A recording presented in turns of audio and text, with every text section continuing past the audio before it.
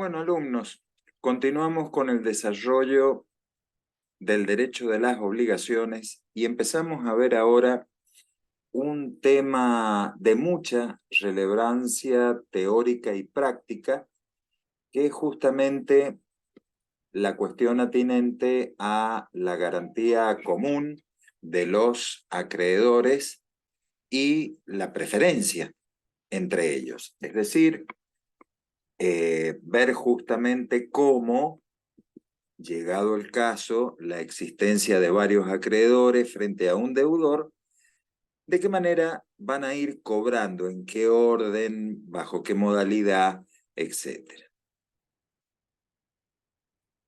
Bueno, como ya es costumbre y ustedes habrán podido observar de las unidades anteriores, estamos en el segundo módulo de la materia, que consta de 4 módulos, y esta es la unidad número 5, que equivaldría a la última unidad del segundo módulo. Entonces acá se les presenta justamente el contenido temático de lo que vamos a ver en estos encuentros, ¿verdad?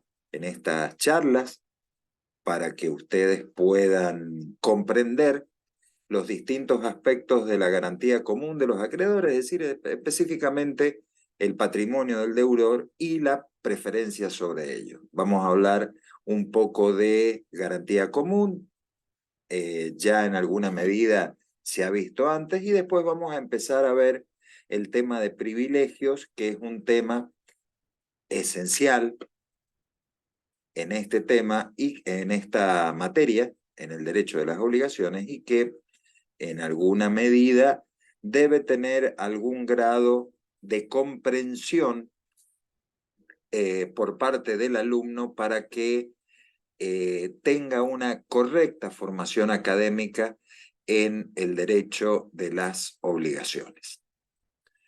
Primero, tenemos que recordar que cuando nosotros hablamos de la ejecución de los bienes del deudor, podríamos decir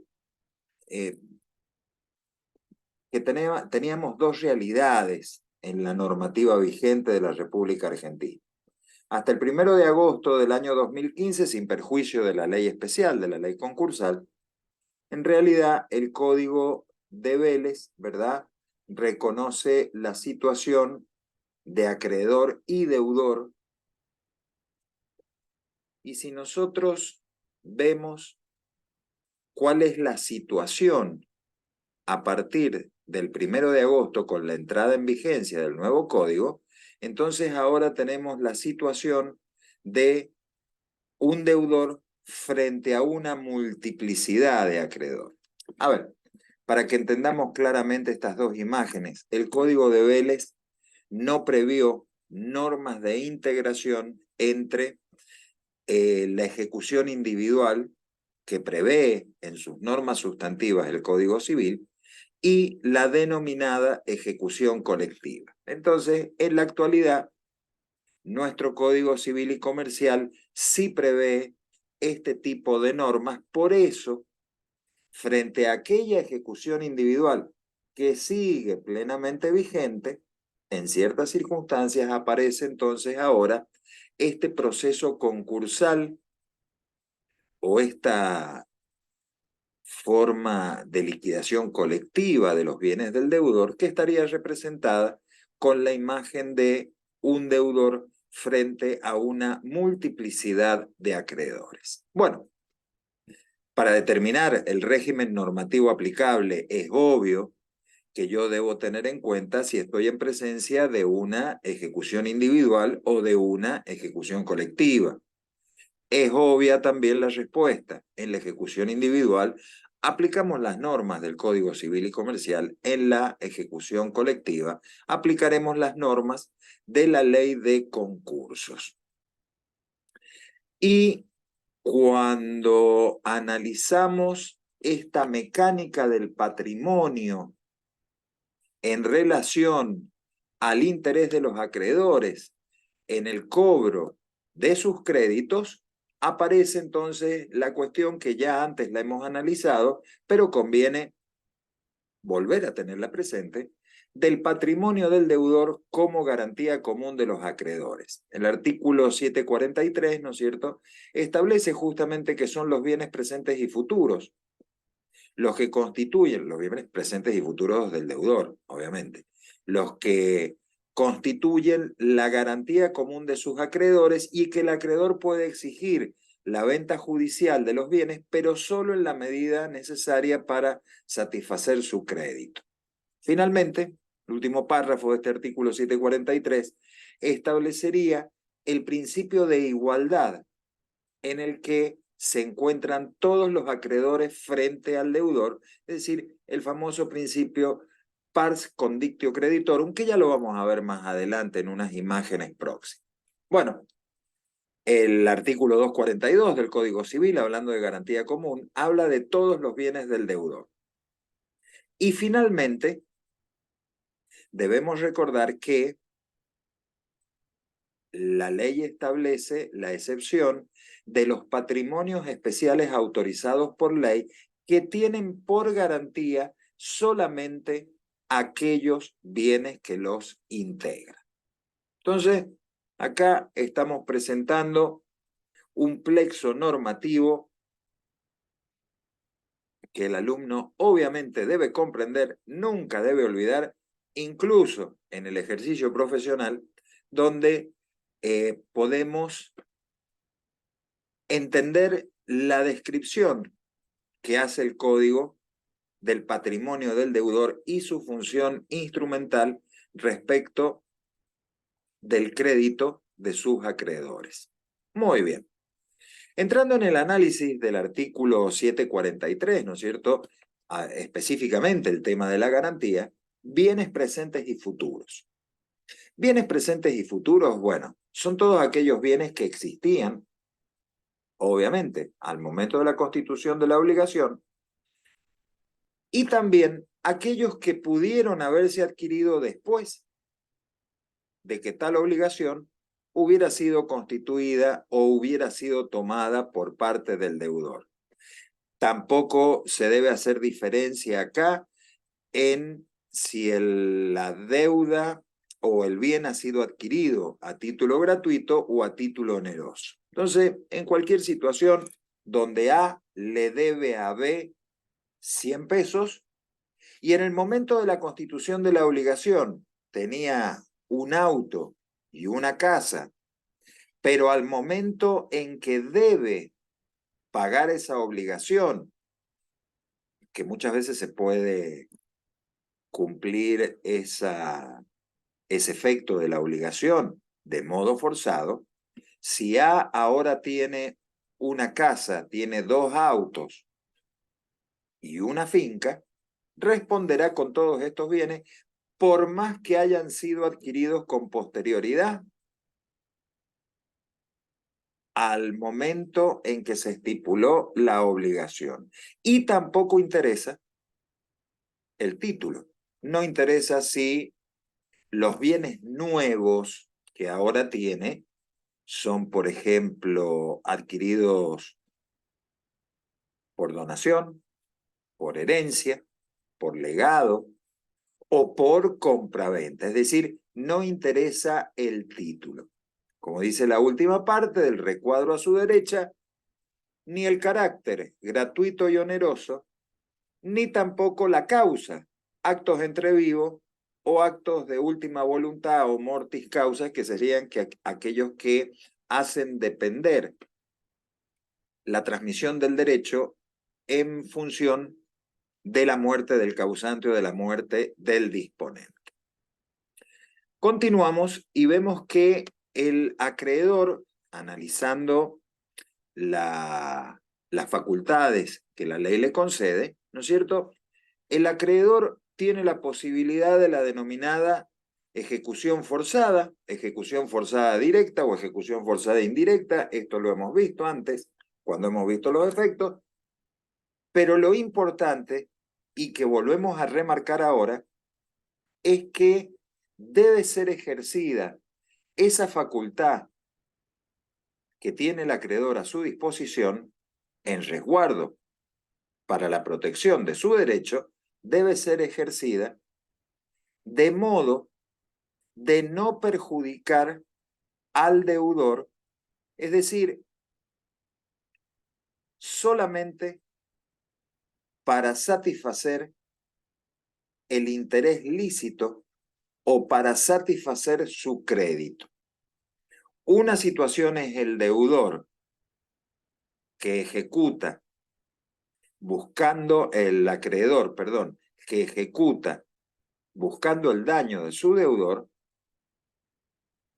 y otra situación muy distinta es aquel acreedor que ejerce las acciones o ejecuta a su deudor con la sola finalidad, que es la que reconoce la ley, con la sola finalidad de poder satisfacer su crédito. En el primer caso, estamos en una situación de una ejecución de carácter abusiva. En el segundo caso, forma parte del ejercicio regular del derecho que tiene el acreedor. Y para poner un ejemplo que se entiende claramente, y me parece que ya se los he mencionado antes, si un deudor tiene garantizado el pago de un crédito, supongamos, con un derecho real de garantía, como sería, por ejemplo, el caso de una hipoteca sobre una finca. Pero lo que le está debiendo al acreedor es simplemente 1.000.000 de pesos. Es obvio que al momento de iniciar la ejecución hipotecaria, el acreedor tendría formalmente el derecho de pedir la subasta de la totalidad de la finca. Pero ese inmueble excede en mucho el valor del crédito que tiene. Entonces, lo normal sería que el ejercicio regular por parte del acreedor en la ejecución sea solicitar judicialmente que se proceda a la subasta de una parte del inmueble. Y si no lo hace el acreedor, obviamente que es el juez el que puede limitar para evitar el perjuicio del deudor. Poniendo otro ejemplo ya con números y que lo entendamos, aquel deudor A que debe 1.000.000 de pesos pero tiene garantizada su deuda con un inmueble rural que vale 50 millones de pesos, una ejecución con daño sería cuando el acreedor hipotecario subasta la totalidad del inmueble, él se cobra su 1.000.000 de pesos y le devuelve 49 millones al deudor. Obviamente el deudor no va a poder comprar otro inmueble de las mismas condiciones con la suma de dinero sobrante de la subasta. Entonces ahí se ha producido un daño evidente al deudor. Y es función o deber judicial poner un límite a la ejecución para que el ejercicio del derecho que la ley le acuerda al acreedor sea regularmente llevado adelante, sea regularmente ejercido. Bueno, la tercera parte del artículo 743 lo que nos establece es que todos los acreedores, frente al patrimonio del deudor, se encuentran en una posición igualitaria. Pero en este último párrafo dice, excepto que existan causas legales de preferencia. Con lo que nos está diciendo, todos los acreedores son iguales, pero quizás haya algunos que la ley los considera más iguales que a otros, excepto causa legal de preferencia. Entonces, la posición igualitaria de los acreedores es el famoso principio del pars conditio creditorum, es decir, todos los acreedores en un pie de igualdad.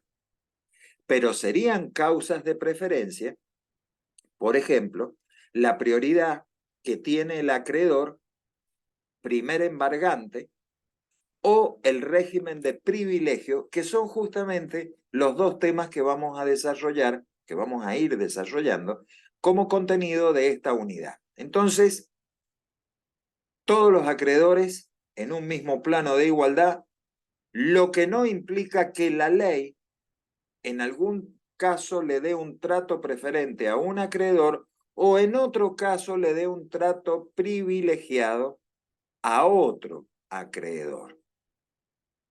Esto ya lo vamos a ir desarrollando cuando en las imágenes sucesivas vayamos analizando el comportamiento de los privilegios o ahora veamos la situación de la prioridad del primer embargante.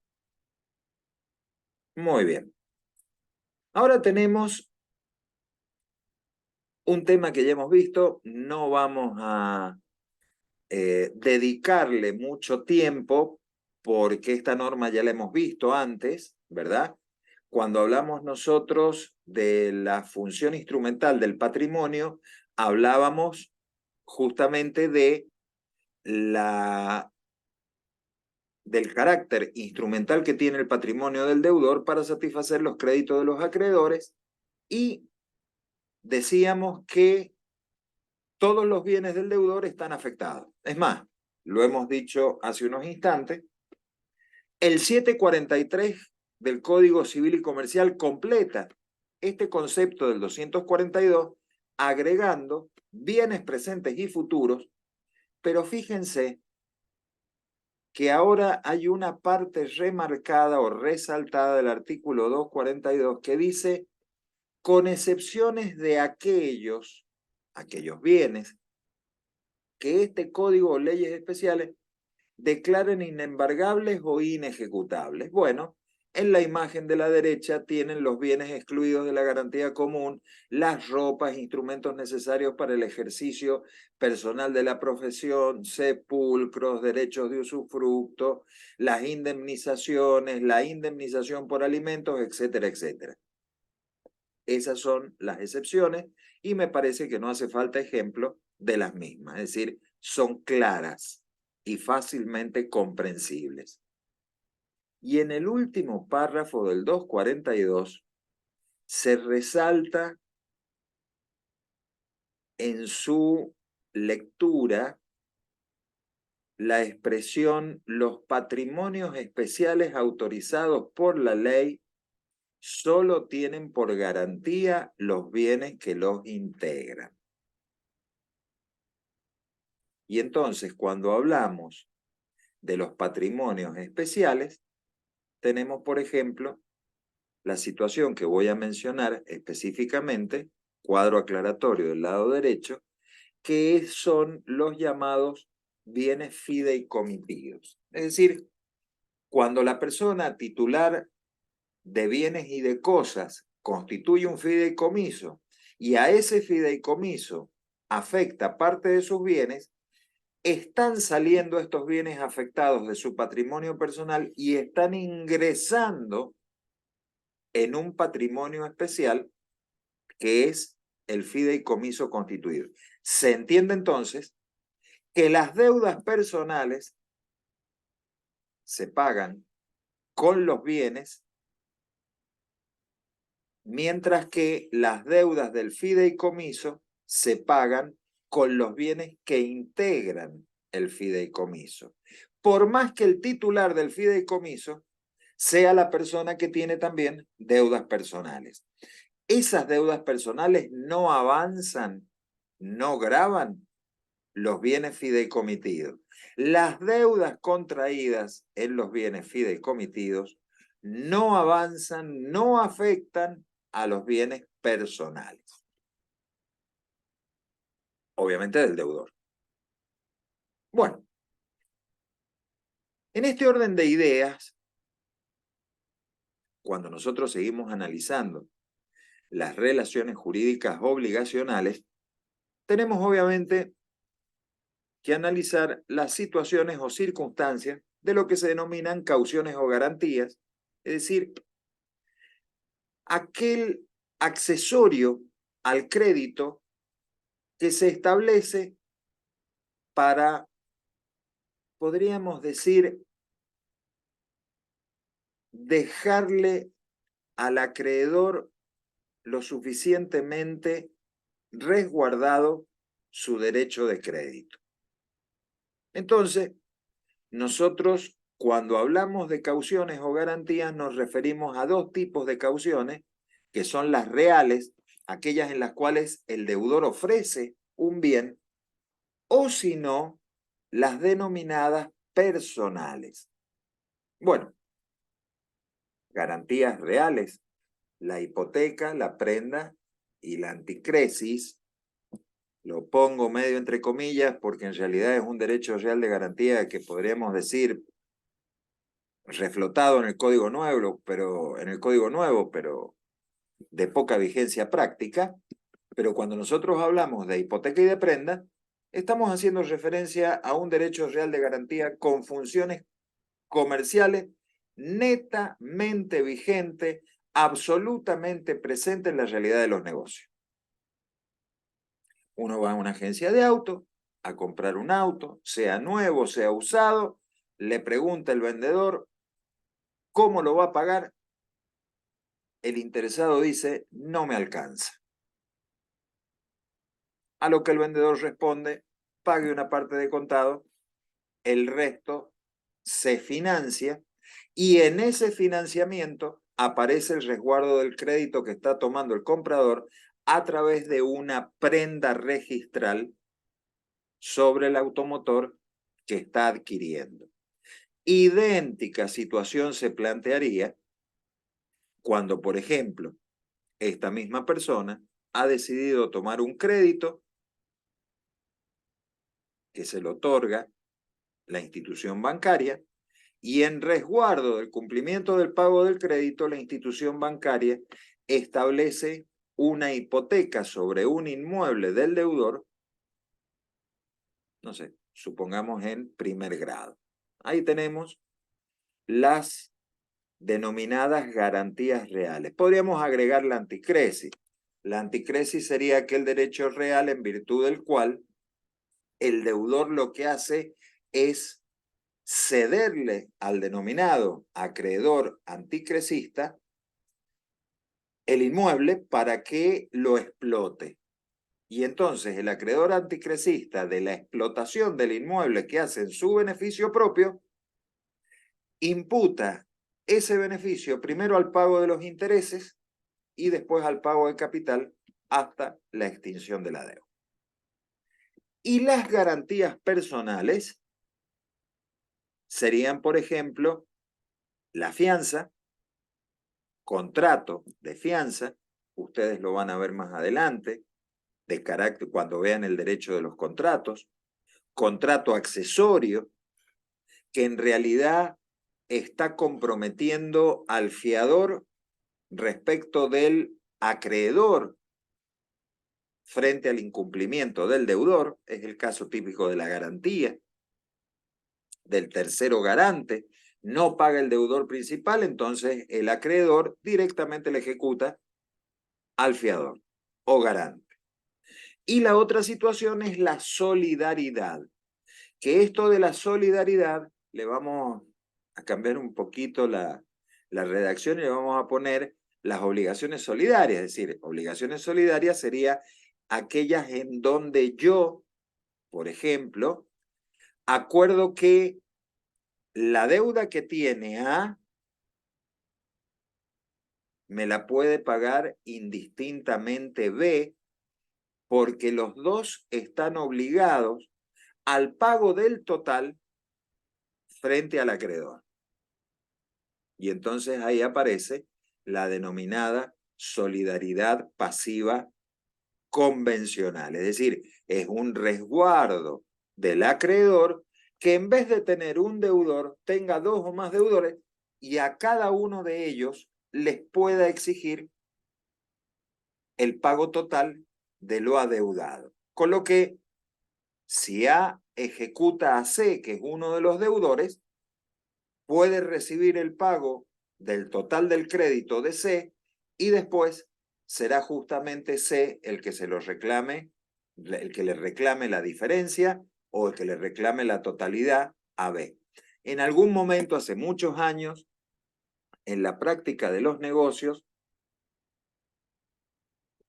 se utilizaba una expresión que podríamos decir es de carácter contradictoria, porque en los contratos de locación se dejaba establecido que el cónyuge del locatario era fiador solidario y principal pagador. Es decir, no solamente era un fiador con un derecho accesorio, contrato accesorio, sino que además era principal pagador. Es decir, era un deudor. No se entendía nada, pero lo que se buscaba era en realidad que no se escapara el deudor y que no se escapara la garantía. Entonces solía utilizarse esa muy vieja expresión que hoy en día obviamente ya en el mundo de los negocios no existe. Bueno, prioridad del embargante. Nosotros partimos de la base en lo que estamos hablando ahora, que es justamente la función de garantía del patrimonio del deudor. Estamos hablando de una prioridad. Y el artículo 745 dice, el acreedor que obtuvo el embargo de bienes de su deudor tiene derecho a cobrar su crédito, intereses y costas con preferencia a otros acreedores.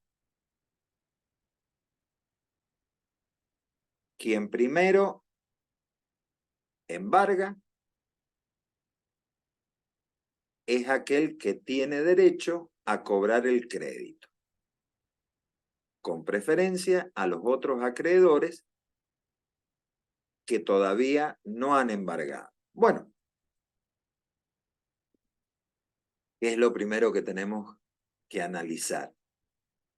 Hay algunas pautas interpretativas en la imagen encerrada en el recuadro, que las voy a leer para que después hagamos algunas reflexiones.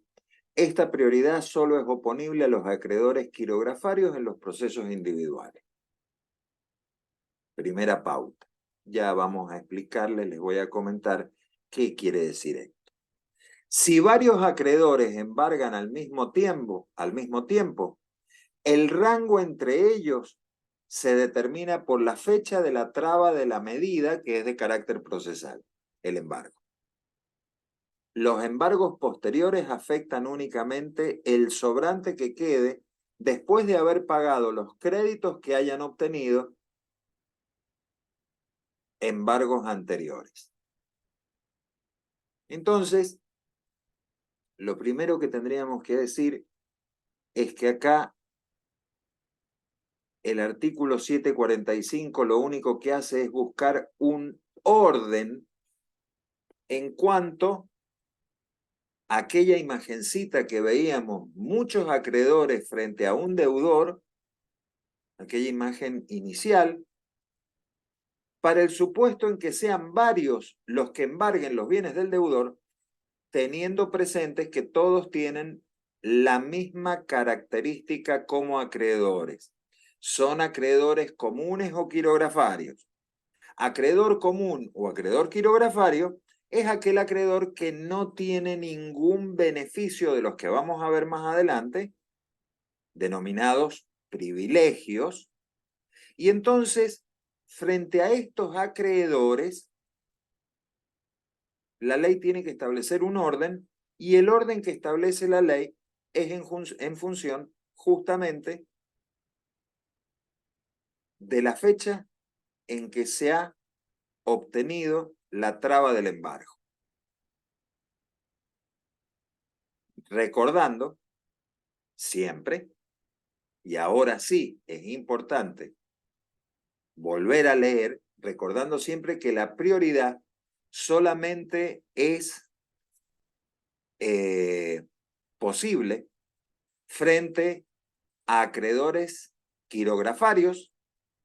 Estamos hablando de procesos individuales, no de ejecuciones colectivas, y cuando hay varios que al mismo tiempo han embargado, entre ellos se dirime quién primero o en segundo término tiene la posibilidad de ejecutar, teniendo en cuenta la fecha de la traba de la medida. Quien primero trabó embargo sobre los bienes es en realidad aquel que tiene derecho a ejecutar. Después seguirá el que en segundo lugar ha obtenido la traba del embargo y así sucesivamente. Obviamente que en esta fila que se forma entre los acreedores respecto del patrimonio del deudor, el que primero embarga es muy probable que va a satisfacer la totalidad de su crédito, ¿verdad? Y los acreedores subsiguientes van a poder ejercer su derecho sobre el remanente. El embargante en segundo término cobrará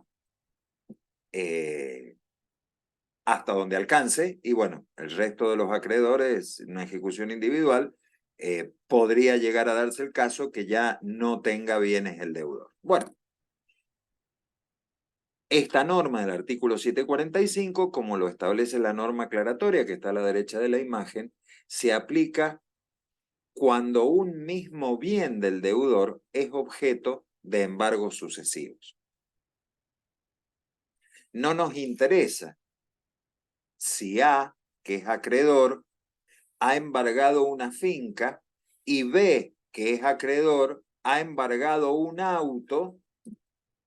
No nos interesa quién embargó primero para que se inicie el proceso de ejecución.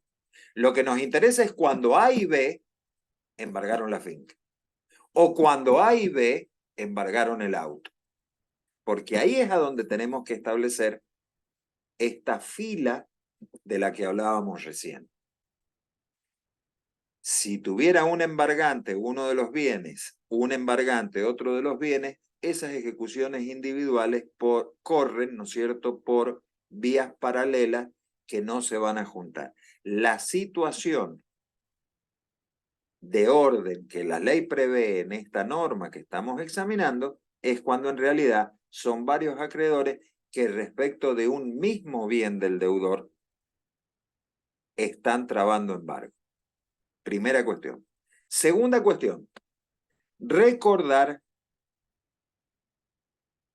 que acá simplemente existe lo que se denomina preferencia. Se está estableciendo un orden de los créditos que no es un privilegio. Todavía no saben lo que es privilegio, pero lo vamos a ver en esta unidad, pero recordar que no es un privilegio, sino que acá se establece un orden de preferencia. ¿A quién le vendo yo la entrada del cine? Bueno, al que está primero en la cola.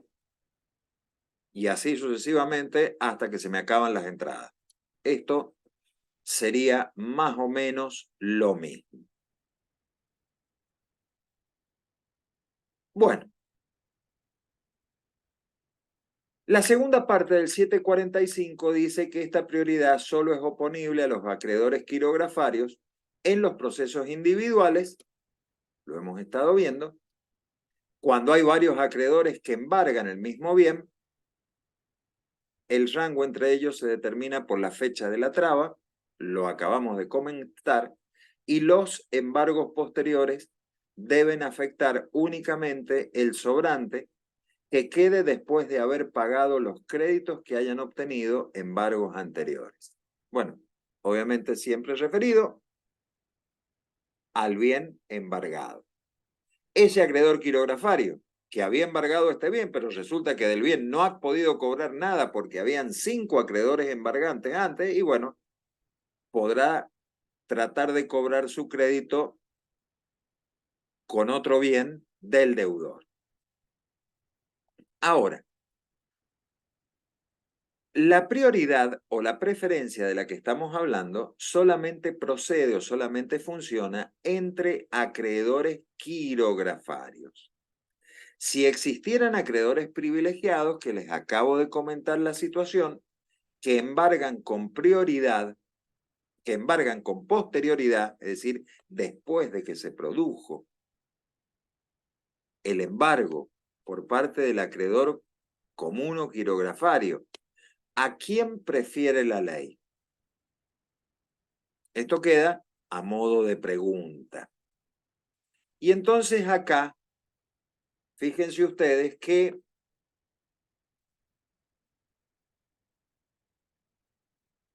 la respuesta sería, o la respuesta vendría por las notas aclaratorias que están insertas en el lado derecho de la pantalla, porque la preferencia se da en cuanto únicamente a los acreedores que son comunes o quirografarios, pero no se extiende a aquellos que tengan un privilegio, que ya vamos a ver qué clase de acreedores son, es decir, que en realidad, aunque el bien estuviera embargado, si existieran acreedores privilegiados, en las circunstancias que la ley lo determinan, cobrarían con anterioridad o anticipación que este acreedor quirografario embargante, en primer término.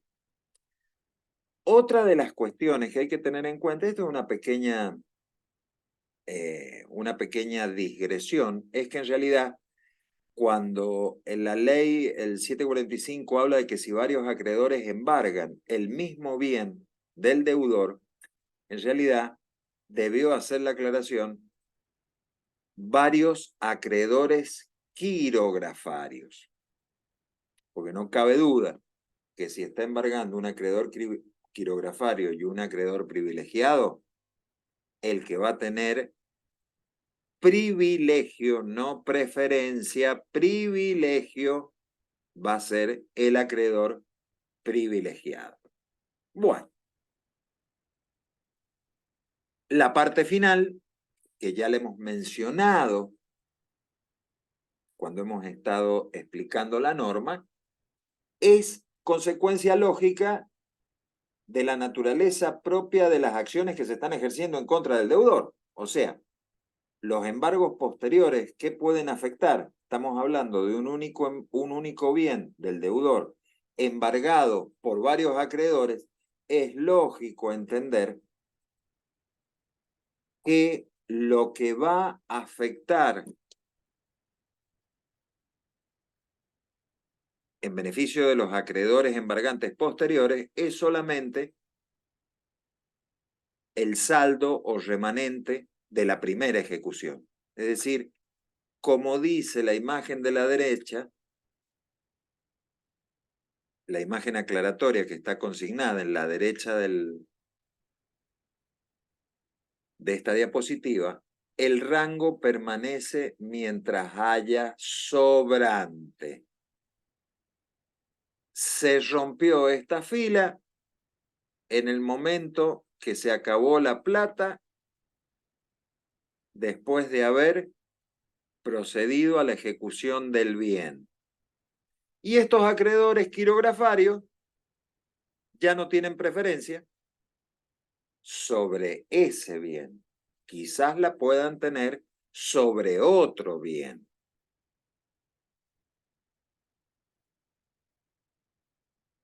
Perfecto.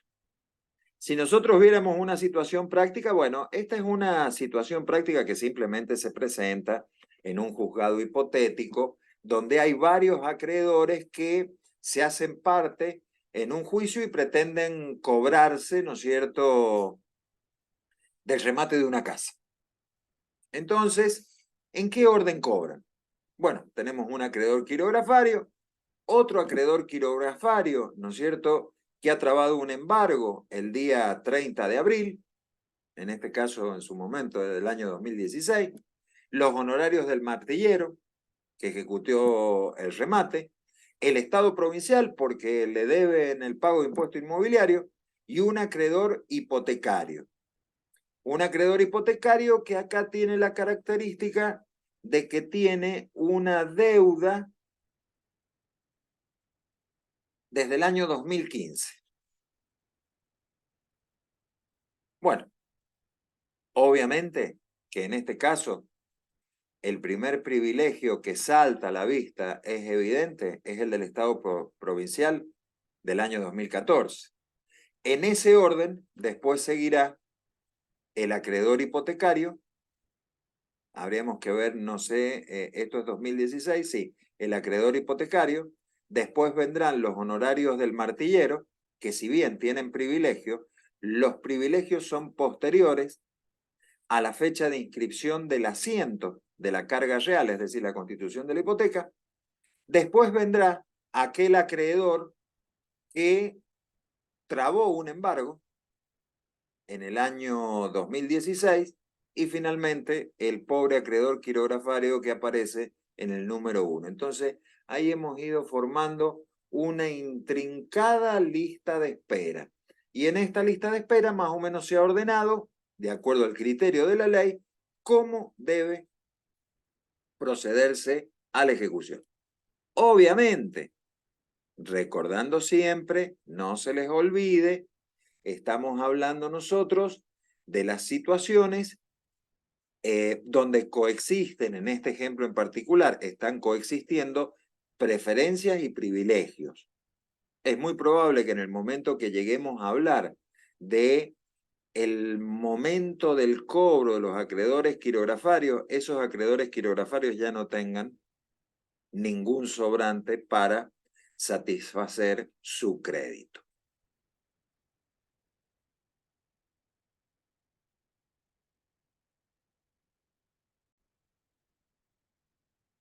Bueno, a esta altura del desarrollo de estos conceptos iniciales, nos cabe entonces hacer la presentación que estamos viendo en esta diapositiva, que nos menciona la ejecución individual y la ejecución colectiva. Obviamente que cuando hablamos de la ejecución individual, los acreedores, frente al incumplimiento del deudor, tienen derecho a cobrarse del producto de la venta de algún bien del deudor a través de los procedimientos de ejecución o, llegado el caso, los juicios ejecutivos individuales. Entonces acá, en esta hipótesis de análisis legal, lo que nosotros estamos viendo es que varios acreedores perfectamente pueden ejecutar al deudor.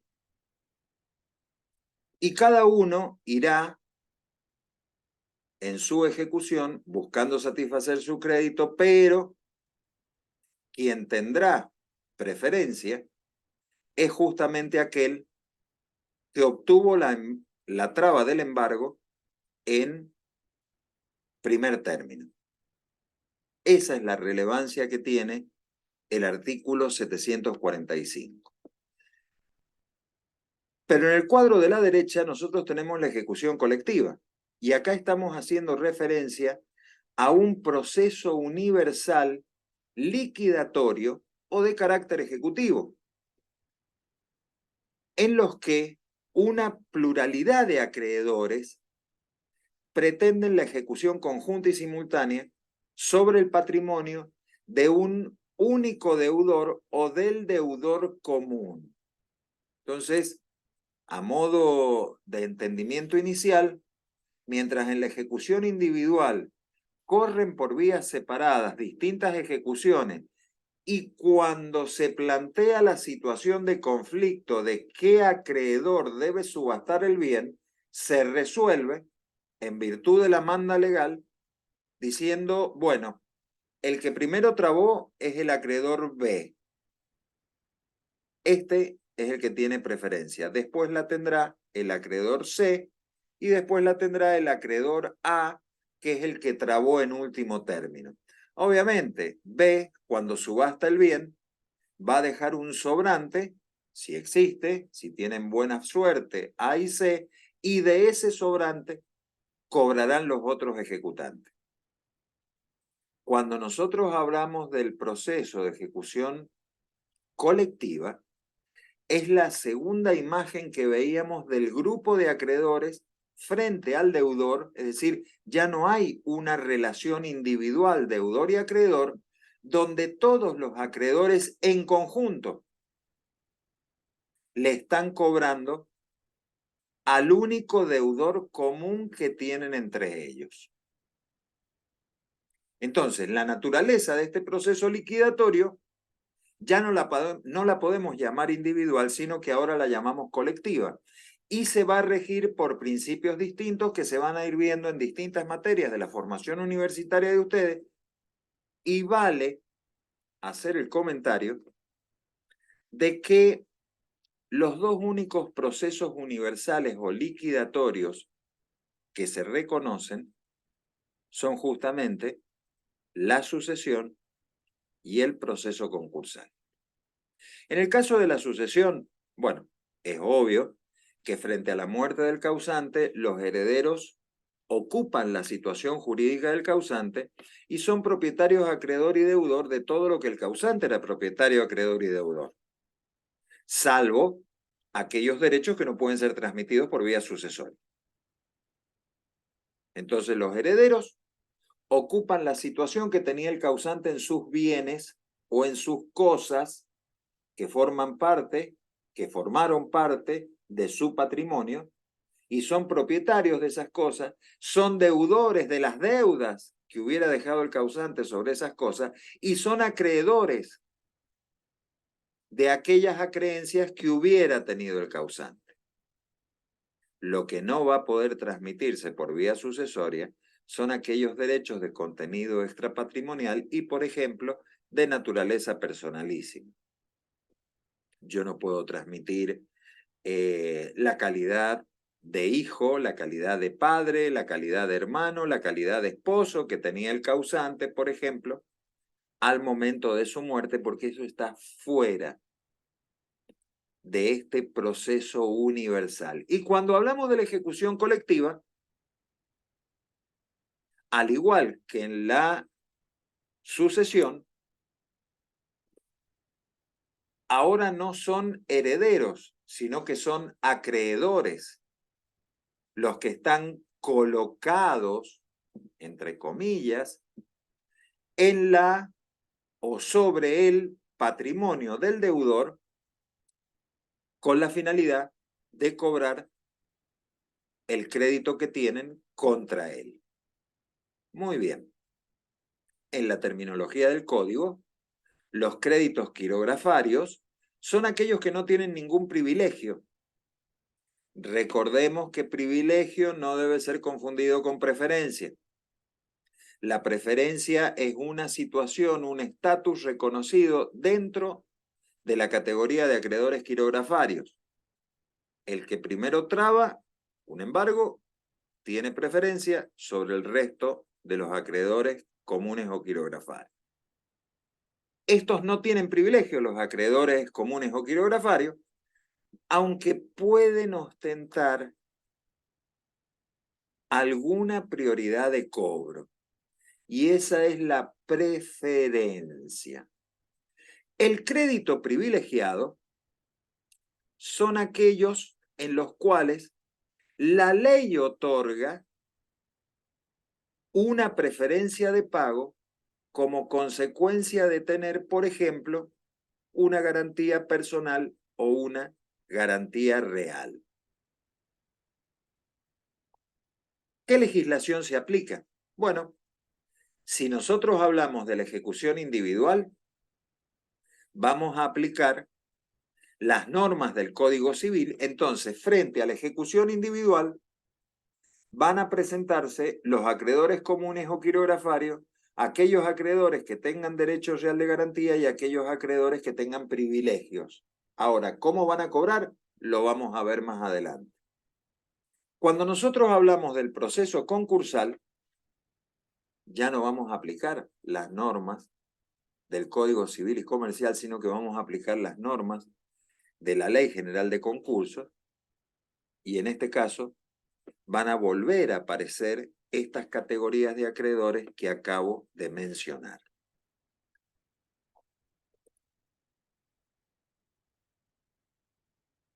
El Código Civil nos da una definición de lo que son los denominados privilegios generales y dice que solamente pueden ser invocados en los procesos universales y se rigen siempre por la ley aplicable a los concursos. Entonces, si yo vuelvo a la imagen anterior, en una ejecución individual nosotros nos vamos a encontrar con que tenemos acreedores que son comunes o quirografarios y hay otros acreedores que tienen derechos reales de garantía que seguramente van a cobrar antes del acreedor común o quirografario. En el proceso concursal vamos a aplicar el orden que establece la norma concursal. Entonces, podríamos decir que para establecer el régimen normativo, es decir, cómo vamos a ordenar esta fila que yo les mencionaba antes, tenemos que tener una noción de si estamos en presencia de una ejecución individual o de una ejecución colectiva. Como es obvio, en la ejecución individual vamos a aplicar las normas del Código Civil y Comercial y en la ejecución colectiva aplicaremos las normas propias del concurso.